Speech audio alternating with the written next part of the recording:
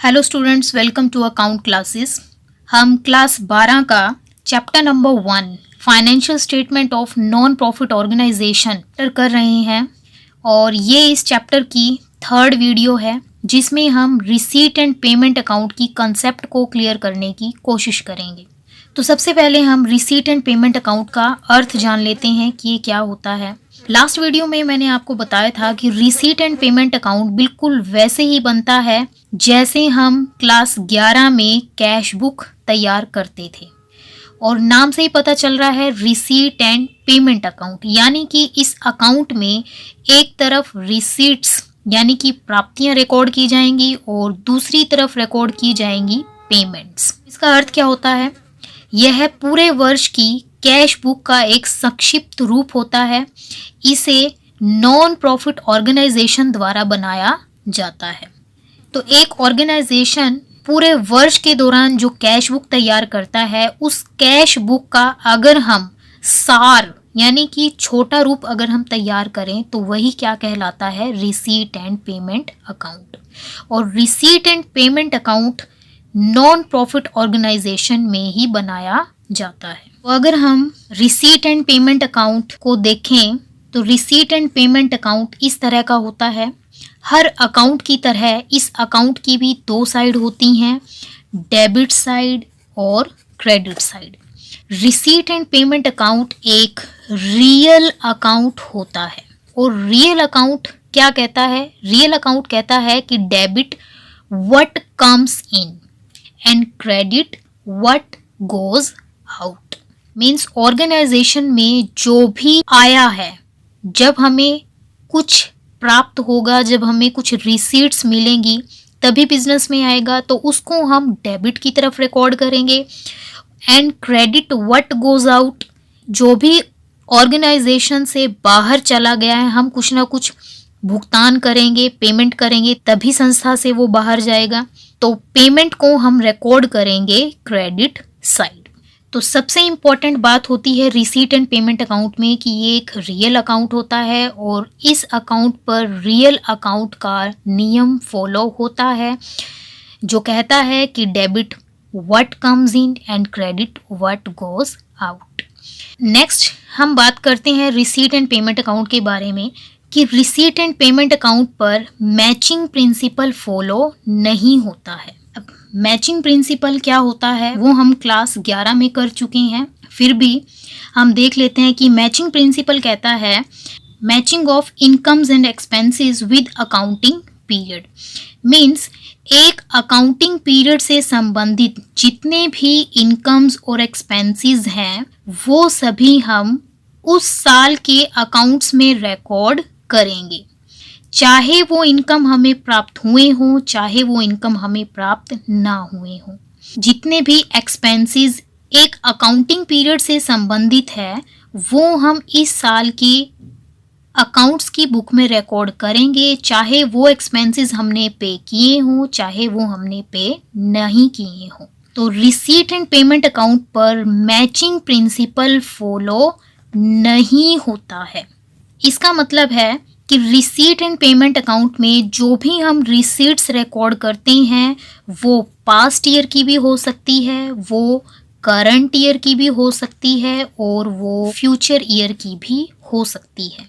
Receipt and payment account में हमने जो भी पेमेंट किया है वो उन पेमेंट में पास्ट ईयर की पेमेंट भी हो सकती है, करंट ईयर की पेमेंट भी हो सकती है और फ्यूचर की पेमेंट भी हो सकती है।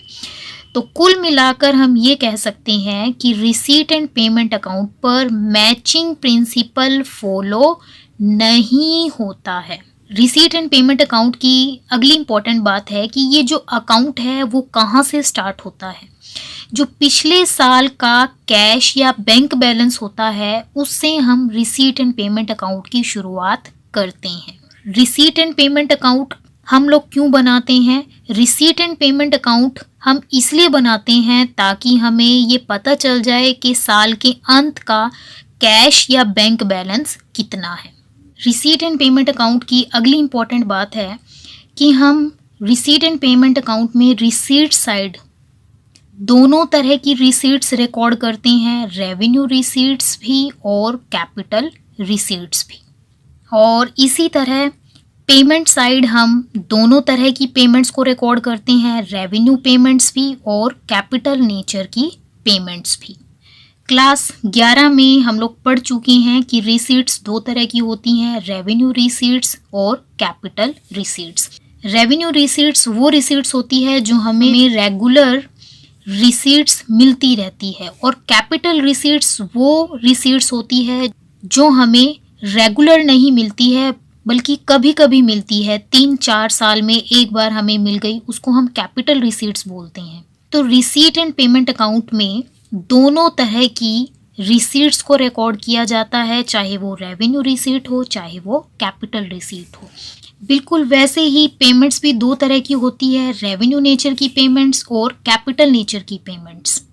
तो जो पेमेंट्स हम रेगुलर करते रहते हैं उसको हम बोलते हैं रेवेन्यू नेचर की पेमेंट्स, और जो पेमेंट हम रेगुलर नहीं करते हैं उसको हम बोलते हैं कैपिटल नेचर का पेमेंट्स। फॉर एग्जांपल, हमने एक मशीन खरीदी है, हम हर साल तो मशीन नहीं खरीदते हैं, तो वो रेगुलर नेचर का एक्सपेंस नहीं है, वो कैपिटल नेचर का एक्सपेंस है। एंड सैलरी हम रेगुलर पे करते हैं, पोस्टेज का खर्चा हम रेगुलर पे करते हैं, एडवर्टीजमेंट का खर्चा हम रेगुलर पे करते हैं, तो ये खर्चे होते हैं रेवेन्यू नेचर के एक्सपेंसेस, रेवेन्यू नेचर के पेमेंट्स।